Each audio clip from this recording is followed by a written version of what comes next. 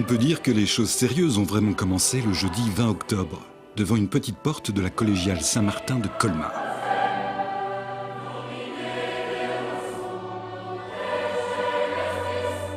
C'est là que se sont retrouvés des groupes de jeunes que l'on pouvait distinguer par leurs gros foulards colorés, des chèches. Ils étaient venus de la France entière à l'invitation de la Fédération alsacienne des Puericantores pour participer à un congrès qui s'annonçait exceptionnel.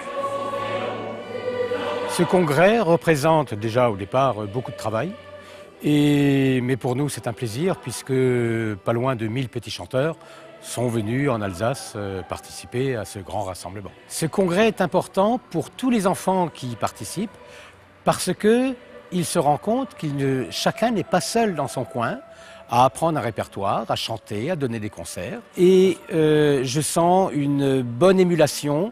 Il faut dire que nous avons mis un point d'honneur sur l'accueil, donc le premier jour, et lorsqu'on est bien accueilli quelque part, eh bien, on prend beaucoup de plaisir. Et c'est vrai que l'ambiance était excellente dans la collégiale. Pourtant, les petits chanteurs étaient nombreux. Ils représentaient pas moins de 28 chorales venues de tous les horizons. Mais on les sentait animés d'une même volonté de contribuer de leur mieux à des instants qui resteraient gravés dans leur mémoire. Une volonté d'harmonie à tous les niveaux. Vous aider à être bien ensemble.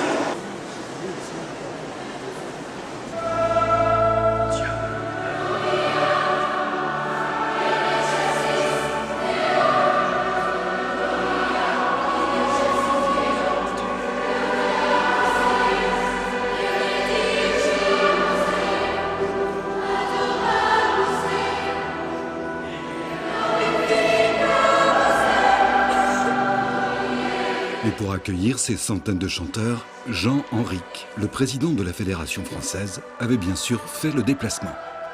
L'Alsace est à juste titre fière d'accueillir ce congrès national des Puericantores de France que je suis heureux d'ouvrir officiellement ici même ce soir à Colmar. Le chant choral passe par l'éducation, bien sûr. On est dans l'éducation à tous les niveaux. Éducation à la voix, éducation à la foi, éducation à la vie. Donc c'est un engagement à la fois vocal, musical, humain, spirituel. Derrière le plaisir premier de la musique, les petits chanteurs étaient aussi là pour prendre conscience. Mais la justesse de la mélodie, très importante.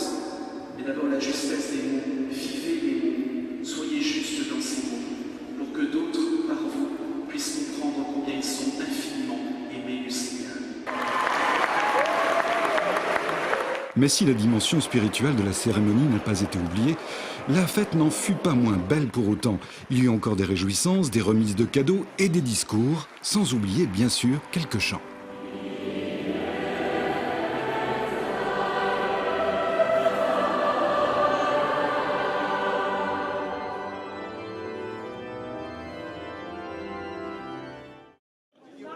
Et quand la cérémonie d'ouverture s'est enfin achevée, les organisateurs et chefs de chœur furent conviés par la municipalité à une réception bon enfant au sein du Coiffus, ancienne douane de Colmar. Une bonne occasion de réaffirmer les raisons d'être de ce congrès 2016. Deux personnes, je ne pense pas qu'ils soient là. Sébastien Hullard n'est pas là. Nous sommes venus ici surtout, je pense, pour la rencontre, pour la musique évidemment, mais c'est beaucoup la rencontre d'autres enfants dans le même cas, qui chantent, qui aiment la musique. Et c'est ça qui motive essentiellement les enfants, de connaître des enfants de tout le reste de la France.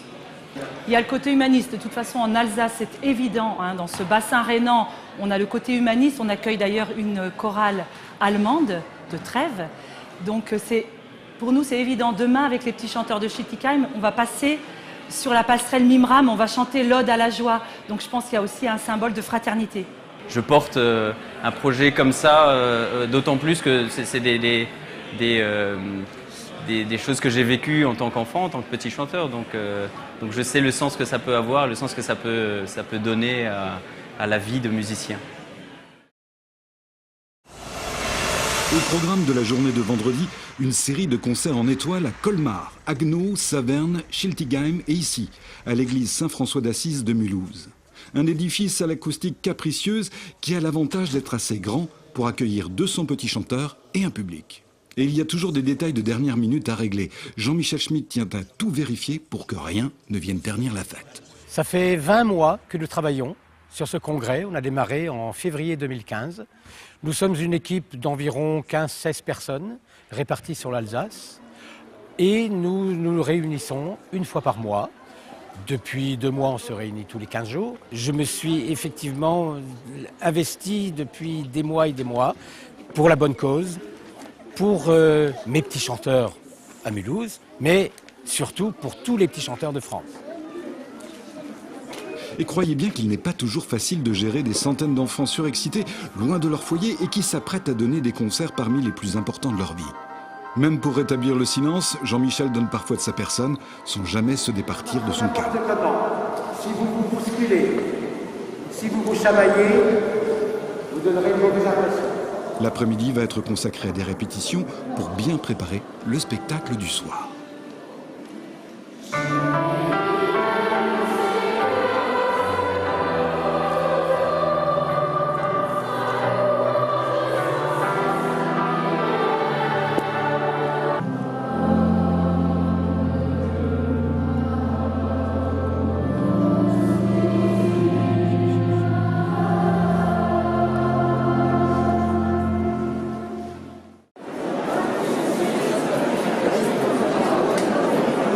Et déjà le public arrive. Il y aura du monde ce soir. Et la tension monte de minute en minute chez les organisateurs.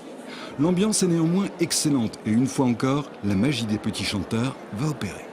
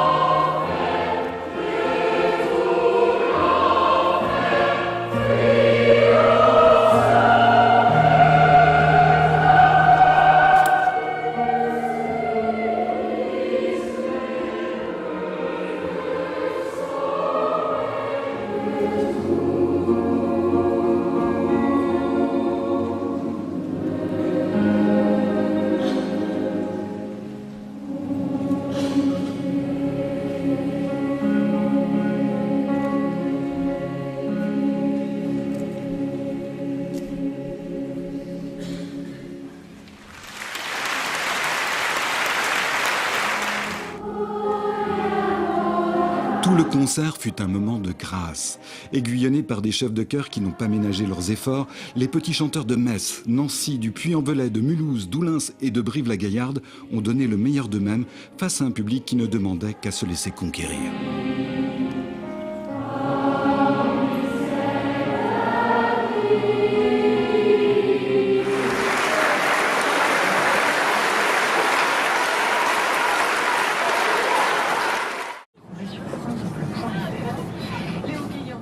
Le lendemain, aux premières heures du jour, les petits chanteurs sont partis en bus à destination de Strasbourg.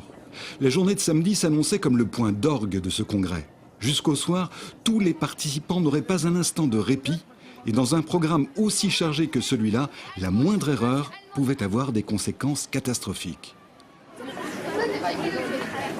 Mais cela n'empêchait pas les jeunes choristes de marcher d'un bon pas dans les rues de la capitale alsacienne que beaucoup découvraient.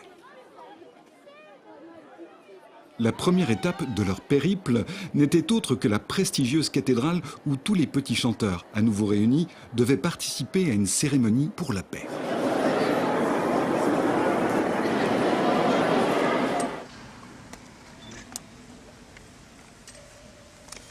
Nous sommes, par le chant et la prière, par notre mission de petits chanteurs, signe de paix et d'économie. Le chant est un signe de paix et d'économie.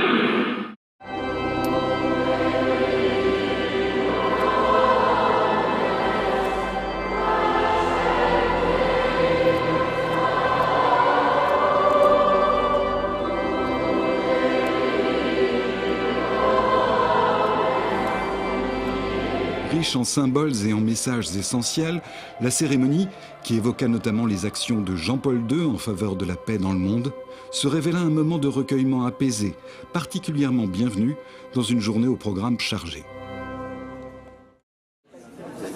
Et une fois la célébration terminée, pas de temps à perdre. Les organisateurs et responsables du congrès étaient en effet attendus à l'hôtel de ville de Strasbourg pour une réception officielle dans le salon même où les pères fondateurs de l'Europe avaient finalisé leur projet un demi-siècle plus tôt.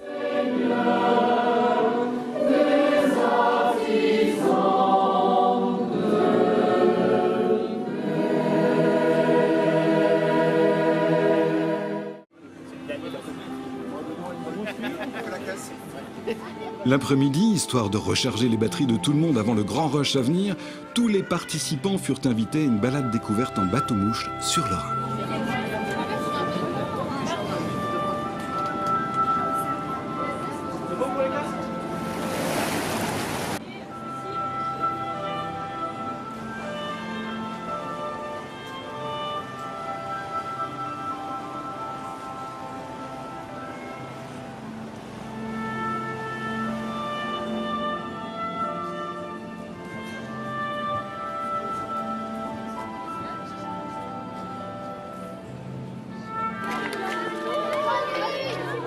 Une fois de retour à terre, tout le monde se dirigea vers le Palais des Congrès et de la Musique pour le grand gala qui devait couronner ce congrès des Puericantores.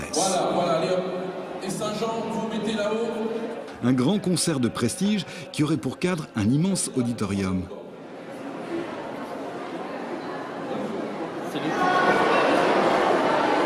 Pendant des heures, les petits chanteurs allaient encore répéter inlassablement pour se préparer au mieux au grand spectacle.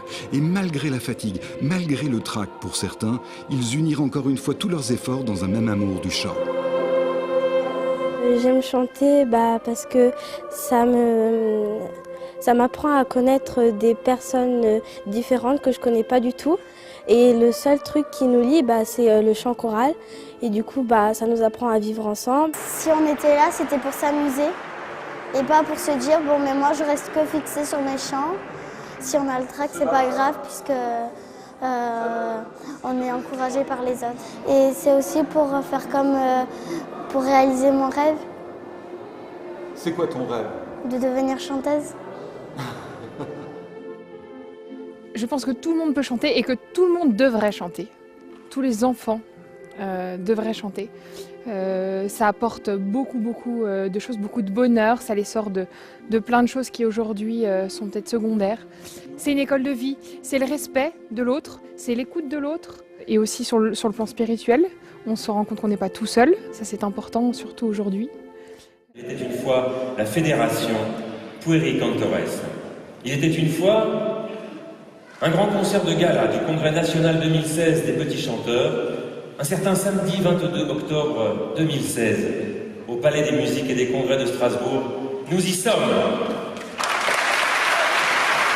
Organiser un spectacle avec des centaines de petits chanteurs qui ne se connaissaient pas 2 jours plus tôt, ce n'était pas une chose évidente au départ et pourtant tout se déroula sans le moindre accident. Portés par les musiciens de la Philharmonie de Poche et l'importance du moment, les choristes se donnèrent cœurs et âme pendant près de 2h30. Et ce fut un triomphe.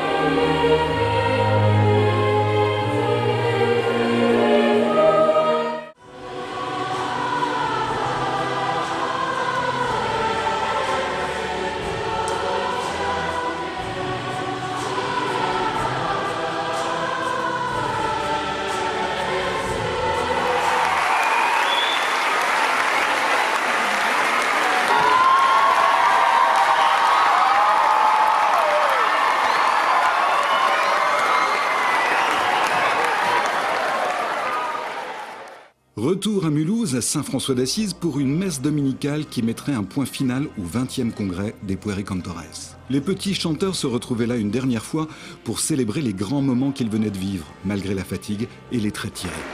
Tous les paroissiens de Saint-François d'Assise, ce matin, vous ont laissé toute la place dans notre grande église.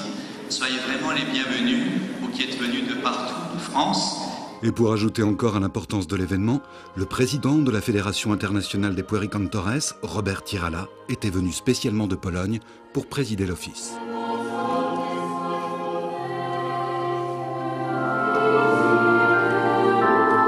Les petits chanteurs allaient bientôt se séparer et certains ne se reverraient sans doute jamais. Mais pendant 4 jours en Alsace, ils avaient vécu des moments d'exception qu'ils ne pourraient jamais oublier. Des jeunes qui entrent dans nos cœurs et qui vivent ces moments intenses, ils en sortent souvent transformés. Donc je suis persuadé que le chant choral peut changer le monde. Et j'interpelle les élus et tout ce que je peux voir autour de moi pour leur dire soutenez ces mouvements. Quand on vit des moments comme ce qu'on vit actuellement, on est ressourcé et on repart totalement différent. Et je pense que ces jeunes vont partir très ressourcés comme je le suis moi-même. Tout s'est bien déroulé, c'est pas évident, mais on en retire aujourd'hui beaucoup de satisfaction parce que tout le monde est heureux. Ce que je souhaiterais à la fin de ce rassemblement, c'est qu'il y ait d'autres chefs de chœur, d'autres présidents de région qui proposent l'organisation d'un congrès national. C'est une chose magnifique, difficile à mener, mais combien de bonheur il peut y avoir au résultat.